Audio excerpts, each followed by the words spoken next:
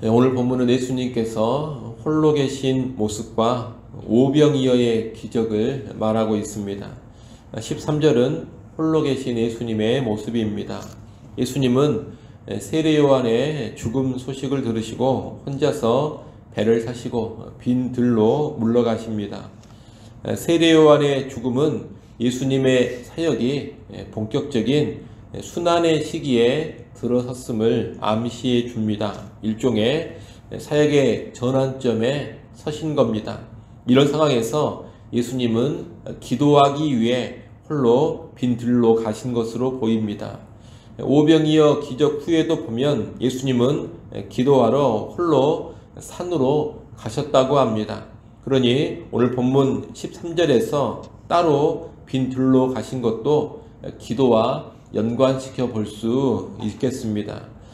예수님은 이렇게 사역의 전환점에서 홀로 기도하며 하나님과 교제하셨습니다. 홀로 하나님과 교제하는 일이 예수님께는 언제나 우선순위였던 겁니다.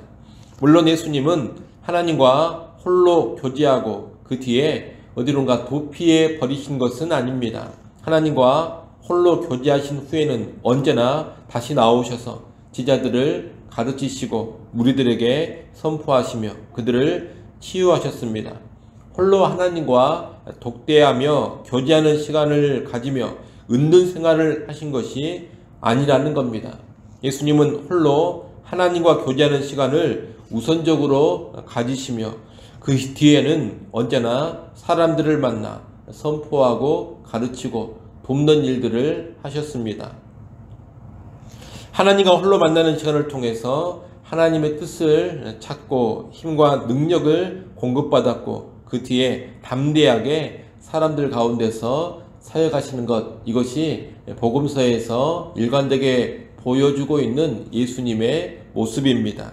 우리는 이 모습을 기억하면서 우리 삶의 본으로 삼을 수 있어야 하겠습니다. 하나님과 홀로 만나는 시간 없이 사역에만 몰두하거나 사람들과만 부대끼고 있으면 안 됩니다. 또한 하나님과 홀로 만나는 그 일에만 몰두하면서 은둔해버리고 세상 도피적인 그런 삶을 살아서도 안 됩니다. 홀로 있는 일에만 몰두하면 사명을 감당하는 일에 실패합니다. 반대로 홀로 있는 일을 무시해버리면 한없이 가벼운 생각에만 이끌리게 되고 하나님의 뜻에서 멀어지기가 쉽습니다.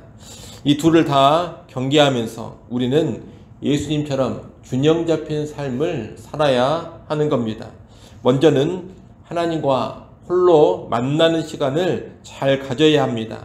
사람들과 떨어져서 홀로 기도하며 하나님의 말씀을 듣고 묵상하며 하나님의 뜻을 제대로 분별하고 위로부터 힘과 능력과 지혜를 공급받아야 합니다.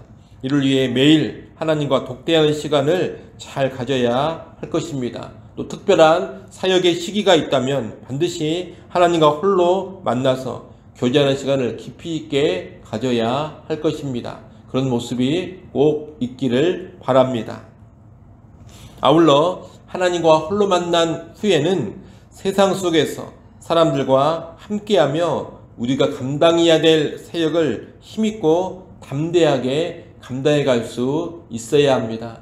하나님과 홀로 만나 교제하는 시간을 가지면 그 시간이 무척 평안하고 달콤할 수가 있습니다. 사역에 여러 가지 짐들이 다 벗어지게 되고 모든 사역의 수고로움과 힘듦으로부터 벗어나서 큰 평안을 누릴 수가 있게 되는 겁니다. 그런데 그 평안과 달콤함에만 깊이 빠지면 사람들을 다시 돌아보고 사람들을 세우고 사람들과 함께하는 그런 삶을 계속해서 멀리해 버릴 수가 있습니다. 그런 모습을 또 피하면서 하나님과 독대하는 시간을 마친 후에는 다시 강하고 담대한 마음을 품고서 사람들 사이로 들어가서 사역을 탁월하게 감당할 수 있어야 하는 겁니다. 그런 사역의 모습을 또한 여러분이 잘 가질 수 있기를 바랍니다.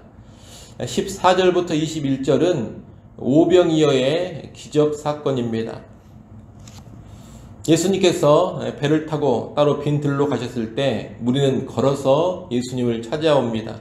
예수님은 배를 타고 갈릴리 바다를 가로질러 가셨는데 무리는 걸어서 왔기 때문에 그만큼 고생을 많이 했습니다. 예수님은 자신을 찾아온 이 무리를 보시고 불쌍히 여기시며 병든 자들을 고쳐주십니다. 그리고 저녁이 되었는데 제자들은 이 무리를 마을로 보내서 음식을 사 먹게 하라고 그렇게 예수님께 말합니다. 이 제자들의 제안에 예수님은 너희가 먹을 것을 주라고 하십니다. 이에 제자들은 자기들에게는 떡 5개와 물고기 2마리밖에 없다고 합니다.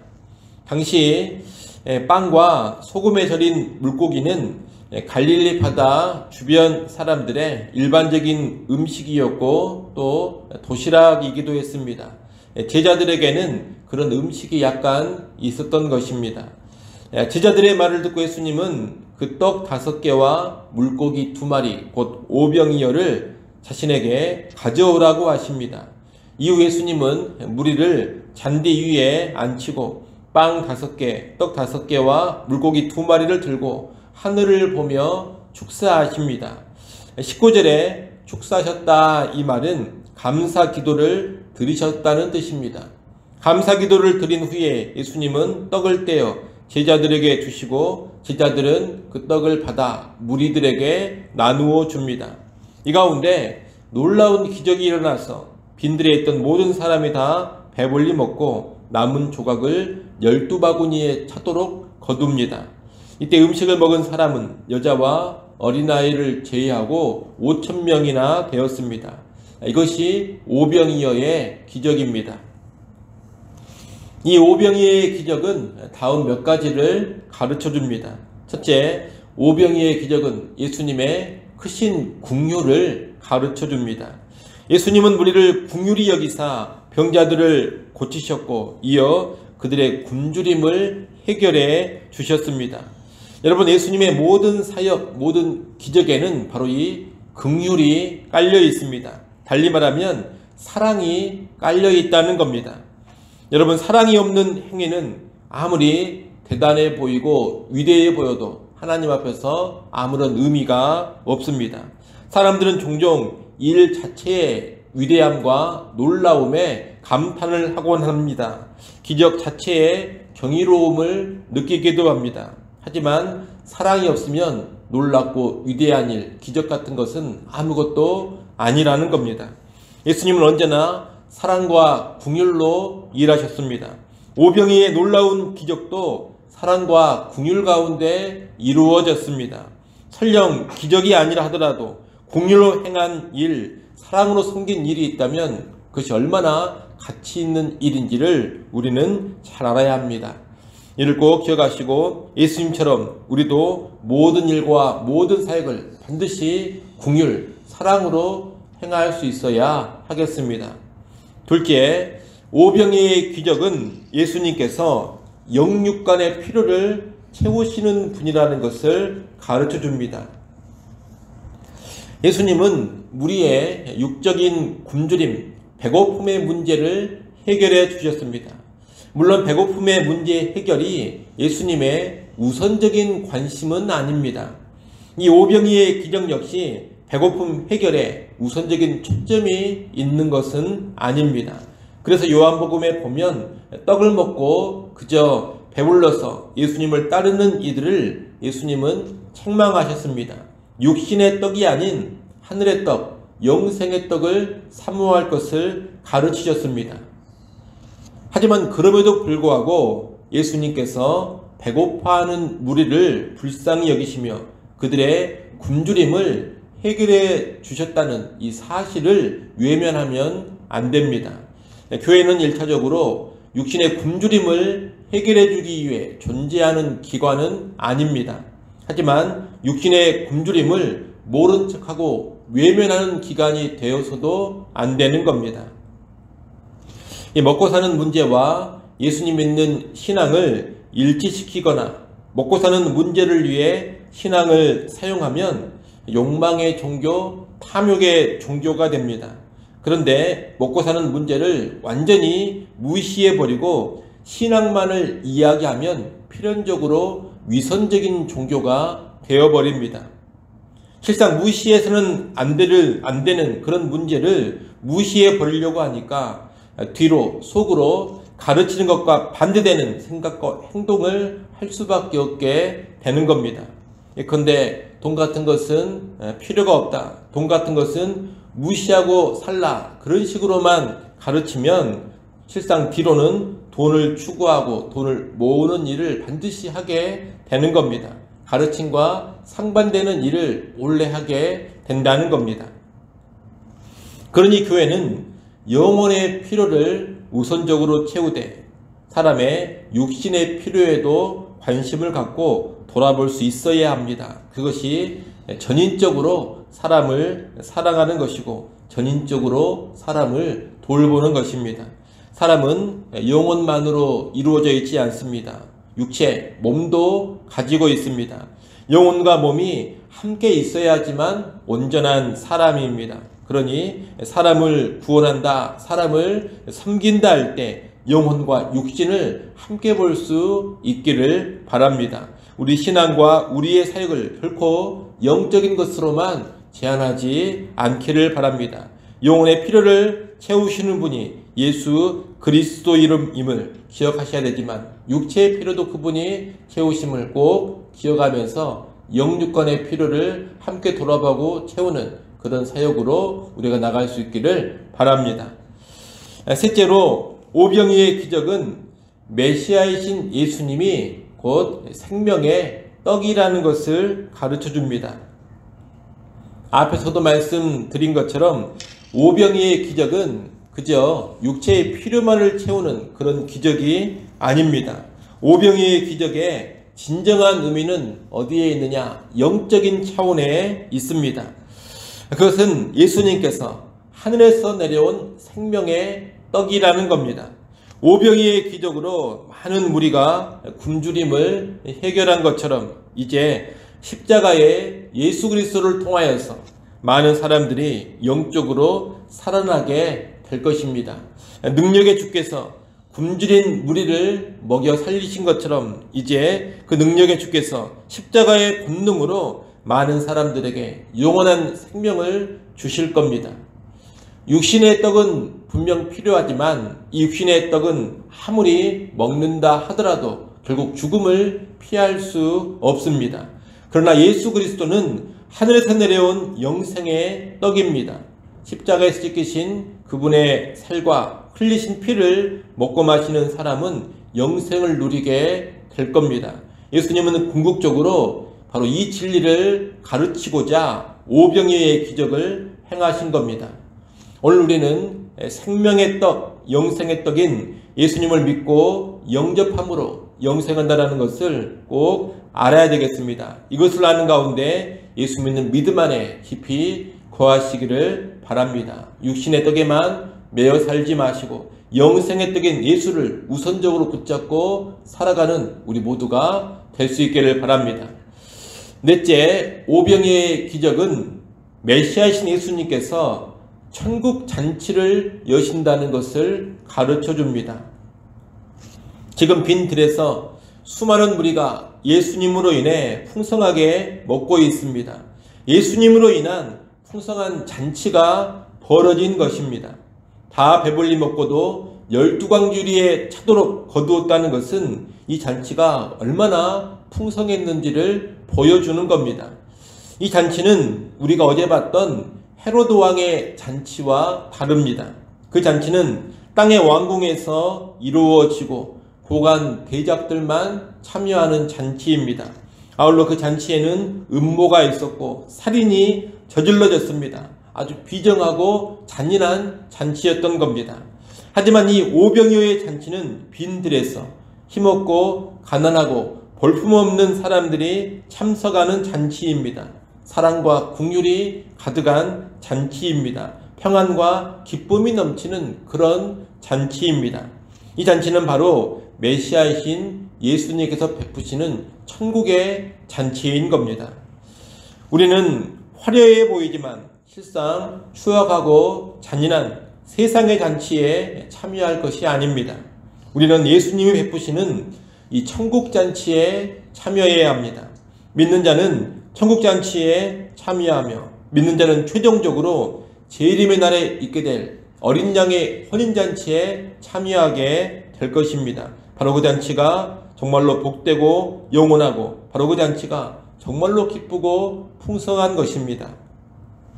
이를 기억하시고 예수님께서 시작하신 이 천국 잔치에 믿음으로 참여하시고 장차 재림의 날에 있게 될 완전한 천국 잔치에 동참하리라는 그런 소망 가운데 이 땅의 하루하루를 살아갈 수 있기를 바랍니다. 다섯째, 오병이의 기적은 예수님의 제자들인 교회의 책임을 가르쳐 줍니다. 오늘 본문에 보면 예수님은 제자들을 통해서 오병이의 기적을 행하십니다. 제자들은 예수님께 떡과 물고기를 받아서 예수님께 받은 그 떡과 물고기를 무리에게 나누어 줬습니다. 다시 말하면 예수님은 이 제자들을 도구로 삼아서 오병이의 기적을 행하신 겁니다. 이것은 오병이의 기적이 오늘날 예수님의 제자들인 교회를 통해서 계속 이루어져 가야 함을 알려줍니다. 교회는 예수님의 긍휼, 예수님의 사랑을 품고 사람들을 돌아봐야 합니다. 그 사랑으로 사람들의 영육간의 필요를 채워가야 합니다. 특히 영적인 필요 채우는 일에 깨어 있어야 합니다. 생명의 떡이신 예수 그리스도를 전파해야 하고 예수 믿음으로 영원한 생명을 얻고 누리도록 해줘야 합니다. 천국잔치로 사람들을 초대해야 합니다. 그리고 교회의 성찬을 통해 생명의 떡이신 예수님을 나누며 성찬을 통해서 천국잔치를 늘 보여줄 수 있어야 합니다. 그런 사역을 감당하다가 우리는 재림을 맞이하여 주님 앞에 서게 되는 것입니다. 여러분, 교회인 우리는 이 땅을 살아가면서 예수님으로부터 필요한 것들을 공급받아서 이 땅에 필요를 채우는 그런 사람들이라는 것을 결코 망각하지 않기를 바랍니다. 오늘 본문에서 제자들이 예수님께 받아 우리의 필요를 채운 것처럼 오늘 교회인 우리도 예수님께 필요한 모든 것을 공급받으면서 세상의 필요를 채워나갈 수 있기를 간절히 바랍니다. 마지막 여섯 번째로 오병이어의 기적은 또 무엇을 가르쳐 주느냐? 오병이와 같은 작은 것을 드리면 큰 역사가 일어난다는 것을 가르쳐 줍니다.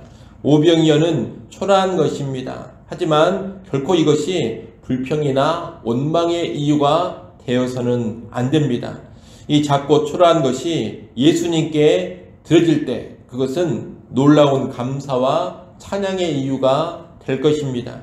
우리가 가진 작은 것을 드릴 때 예수 그리스도는 귀하게 쓰시며 크게 역사하십니다. 그러니 우리가 가지고 있는 작은 것, 우리의 부족하고 우리의 초라한 것으로 인하여서 불평하지 마시고 원망하지 마십시오. 이것을 가지고 무엇을 할 수 있겠는가 한탄하지 마십시오.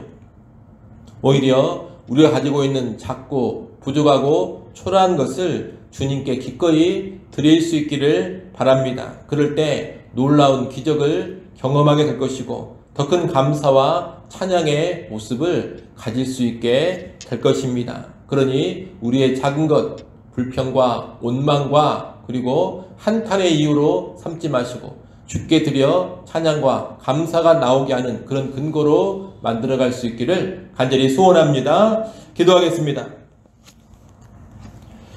아버지 하나님, 예수 그리스도께서 하나님과 홀로 교제하신 후에 무리들의 필요를 채우시는 모습을 보았습니다.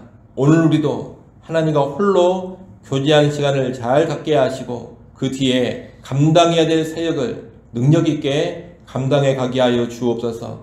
특히 예수 그리스도께서 베푸신 오병이의 기적이 무엇을 의미하는지를 잘 깨닫게 해주셔서 오늘 우리도 그러한 모습으로 사역에 가게 하여 주옵소서. 아버지 하나님, 또 이 시간 하나님께 나와 기도할 수 있게 해주셔서 감사합니다. 겸손히 엎드려 기도하게 하시고 믿음으로 기도하게 하여 주옵소서. 이 시간에 기도를 통하여서 선하신 하나님의 권능을 체험하게 하시고 때를 따라 돕는 은혜, 새벽에도 오시는 은혜를 누려가게 하여 주옵소서. 오늘 하루도 늘 주의 뜻을 분별하며 주님의 기쁨되는 삶으로 나아가게 하여 주옵소서. 예수님의 이름으로 기도드리옵나이다. 아멘.